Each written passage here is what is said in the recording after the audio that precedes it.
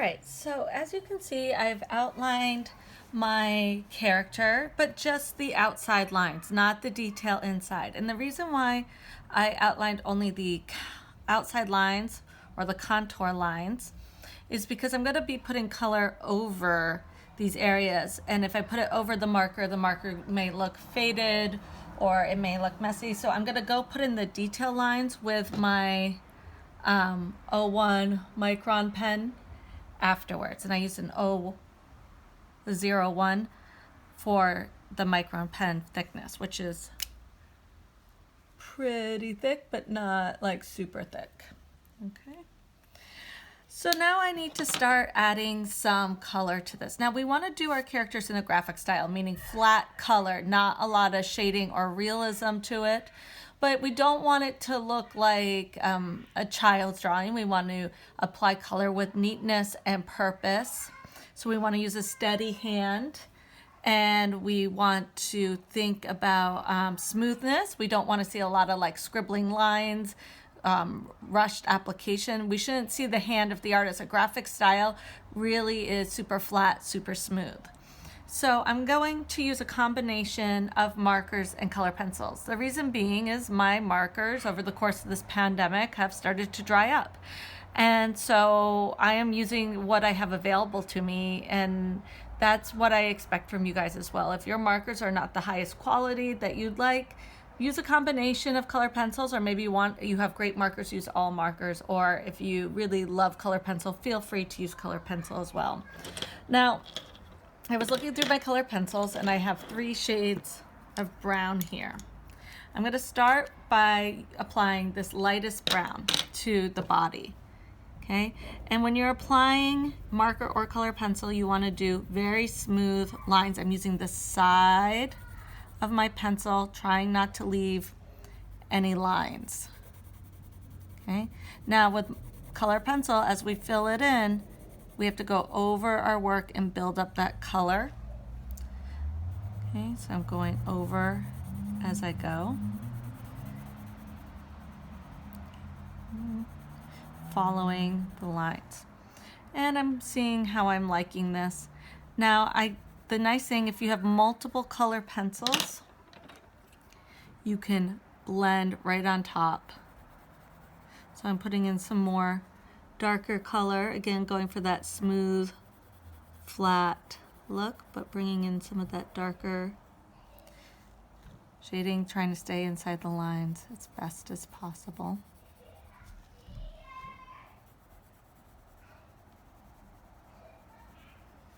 And then I might want to come in with my pen, and now I'm going to put in those lines, tracing very neatly on there. And I'm thinking it could be a little bit darker. I'm taking my 3rd color here, really layering. Trying to figure out, just like you would with a human, what's their skin tone. If you've got someone who has a more Caucasian skin tone, you'd be layering yellows and beige and pink. Someone with a brown skin tone, you can layer different browns that you might have. You can even layer in, for shadows, things like greens and purples. And put some green on here because he's ancient, so mossiness. Okay, again, keeping it as flat as possible. Okay, and if you want to stick with just one flat color, that's also totally okay. So now I'm going to do the face. And I should say you should start where you're comfortable. So whatever's going to be easiest for you. Now I'm going to have one problem with my thing. I pressed so hard trying to draw that ear that I never ended up including. It's kind of showing up. So when you draw really hard and erase lines, you end up with those little white lines or those dents in the paper. And it's something to be aware of in the future. I usually don't draw that hard, but maybe because I was doing this on camera. I was maybe a little bit nervous, so I pressed a little bit harder. Didn't think about it so much. Bringing that clean in. So you can see I'm moving back and forth, layering color. And again, that's optional, but it does add to the piece if you're using color pencil. You can't really do that with marker. Marker is more flat. You can layer markers if you have blendable markers, like the very expensive Prisma markers. If you take illustration with me when we're back to school in person, that's something you'll learn to do, is to blend and layer markers. Now you can see in the eye, I filled in his pupil black and left a little white reflection. That's always key to give that little hint of like light in the eye. I'm going to go real light on his eyelid because it's going to catch more light.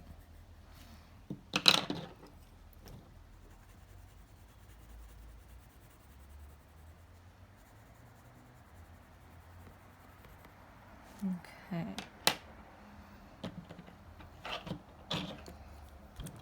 So I'm bringing this down. I'm just going back and forth. And you can see I'm starting to get too much line work where you can see the pencil so much, so I'm going back over to smooth it very lightly. I'm never pressing hard. Thinking about how I can smooth it.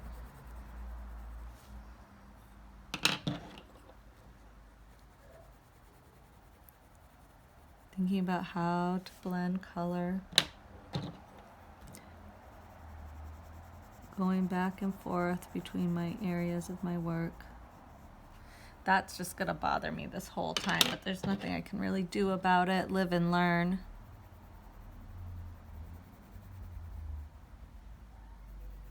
This paper's very soft, something I didn't realize. Okay. Now I'm probably gonna leave his teeth white, but I might come in and just add a little bit of red in the corners of his eyes. And then I'm thinking, let's see, he had a line here. I'm thinking I'm gonna make the eyebrow black. So this is called inking. I'm gonna ink the eyebrow, filling it in. I think I did the eye to create that balance. And then over here, this is hair.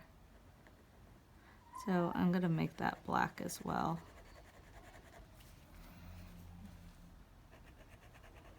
When you're applying marker, again, you want it smooth. It's harder to do with these pens, so you have to, if you have a black marker that's like a Sharpie or something for larger black areas, I wouldn't waste pen ink. I didn't grab a Sharpie on my way out of the house. So here we are.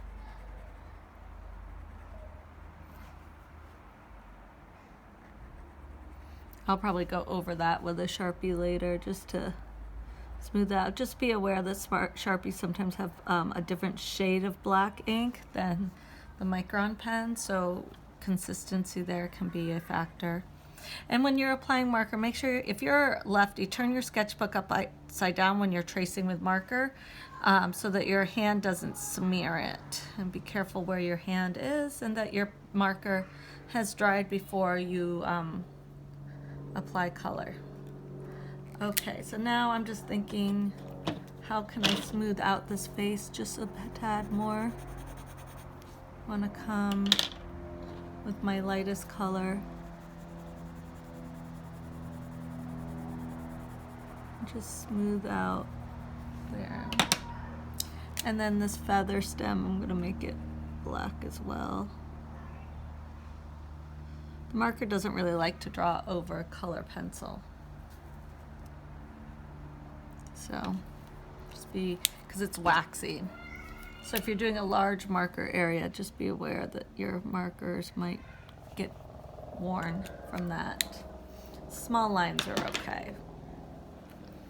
All right, so that's how I would apply color pencil to the piece. And let's just zoom in and see if you can get a better view. And again, I really do want to keep working on my color pencil application here. Neatness could be better.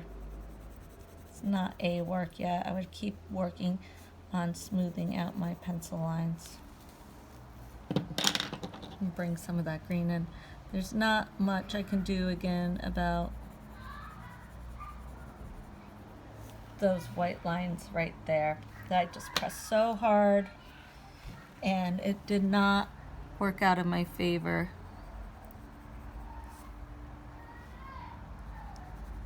Okay, so I have colored in some face with color pencil, and now I want to show you how you might apply marker. We'll see how this goes. I'm taking a little bit of a risk here. I'm stepping out of my comfort zone using a Crayola marker. And I want this clothing to be red because it was once very rich and luxurious. And now it's kind of old, so tattered and old. And I'm gonna probably layer, once I put in the marker, I might layer color pencil back on top of it. When you're doing your character, think about the colors that are going to support and enhance not only the physical qualities of your character, such as the green I put in here to show like his trunk being mossy and old, but also emotionally. He's a very upset character, so having a bit of red in there is going to emphasize his anger. And red is also a color that grabs your attention. Red is a color, a red coat signifies some kind of soldier, military guard, like in England, so it feels rather formal and official. And so having him this red jacket is going to show that like maybe he was once important, once dignified, now he's left angry and upset. So when you're applying marker, you want to stay inside the lines. Okay. And you want to try to not have too many marker lines. So I'm going over my work, letting it overlap, going over it several times, using the side of my marker for that and the tip for the smaller areas. And I'm following the same grain, so I'm making the same mark every time so that they blend together. Okay. So again, neatness, flatness counts. You're going to get more graphic quality with the marker than you will the color pencil. The pencil is a little more organic. You could see there was a little bit more shading to it. And that was my personal choice. You can make the color pencil really flat, but if you go over it too much or press too hard, it gets shiny and waxy, and that never looks great. So I'm leaving the sleeves inside for now because I think I'm going to have to get a Sharpie and just do those dark. But I'm not going to do this whole character with you guys. And watch out for the Micron pens. They can bleed a little bit, so you want to make sure they're nice and dry. But I wanted to just show you a few techniques, and then I'll finish this without filming myself because that would take a while. Okay. So again, coming in here, I want to just go around this because it's a hole. So I'll come around that so that I remember not to color that in.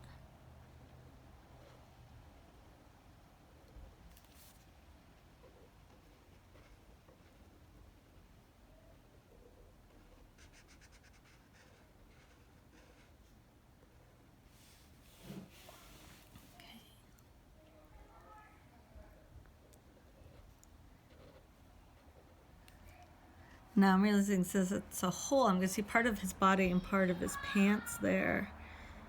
So I need to make sure I continue that pant line through the hole a little bit. So I'm noticing details that I didn't notice in my drawing as I'm applying color.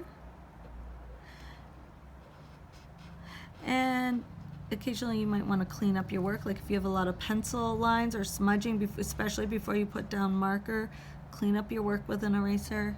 Otherwise the marker will smudge your pencil.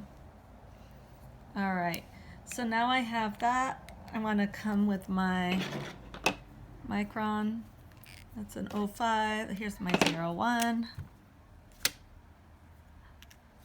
You know what? That one got a little messy. Come in here.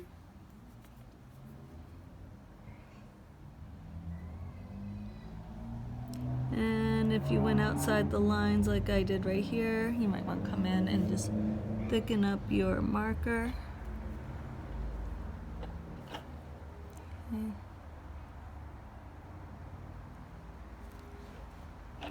So, and then over here,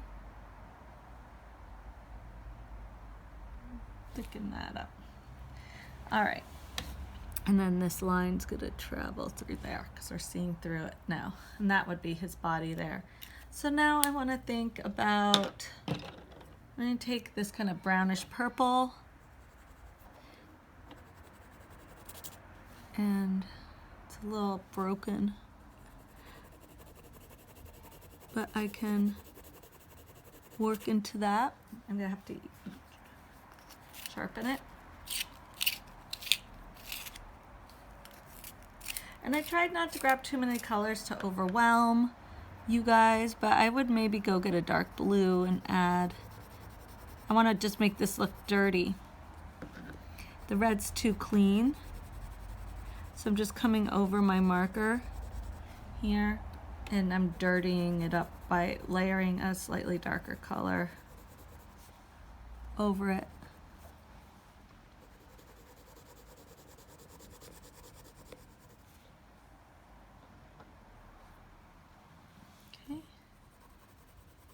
You wouldn't want to layer marker on top of marker. It probably won't turn out the way you want it, but you can always layer color pencil on top to create different colors in your piece.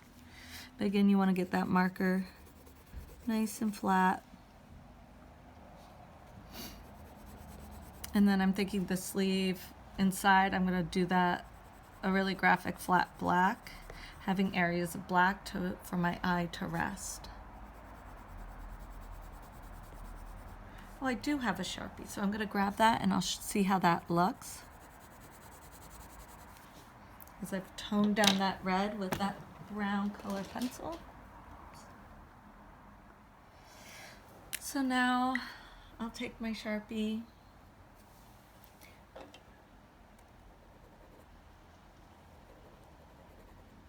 and I'll come in here.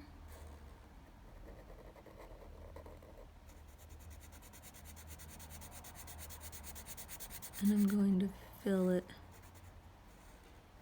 in. Again, neatness counts as part of the grade for this. If you just color everything in super flat and you do it really neatly, you'll have nice outcomes. Hence that graphic style is always super clean, not going outside the lines, controlling what you do, trying to make it look as flat as possible, as if the hand did not touch it. Of course, with layering color, you're going to get a little bit more of the hand, and that's okay. So where I see it looking a little rushed, I'm just going over, smoothing out with my pencil. But I'm liking the total effect. It's starting to really come together as the character. I'm enhancing my character, telling my audience more about him by the colors I use. So thinking about symbolism of colors. We can think about like the different meanings of red, or yellow for joy, orange for excitement, blue for calmness or sadness, green for tranquility, pink for innocence, white for purity, black for darkness or death. I'm gonna put some orange in there. So I'm really, even though I'm putting on this flat color, I'm enhancing it by working over it with my color pencils. I'm liking that. All right, so I'm going to continue working on this, but I don't want to make you watch a super long video. So I will finish this and I will include it with my post to my lesson. And what you guys are going to do is you're going to apply color using marker, color pencil, or both. Everyone should outline with the Micron pens. That is required, and then you may choose if you're going to do all marker or a combination of marker and color pencil for the color. But again, everything should be outlined. You should have those nice clean outlines. When you are finished with your work, you'll turn it into the final character drawing with color assignment in Google Classroom, and then you will be done with art for the year. Once you are done, if you finish before Wednesday, you're required on Wednesday to check in with me for that final period. But after I take attendance, if you're fully finished, I will excuse you.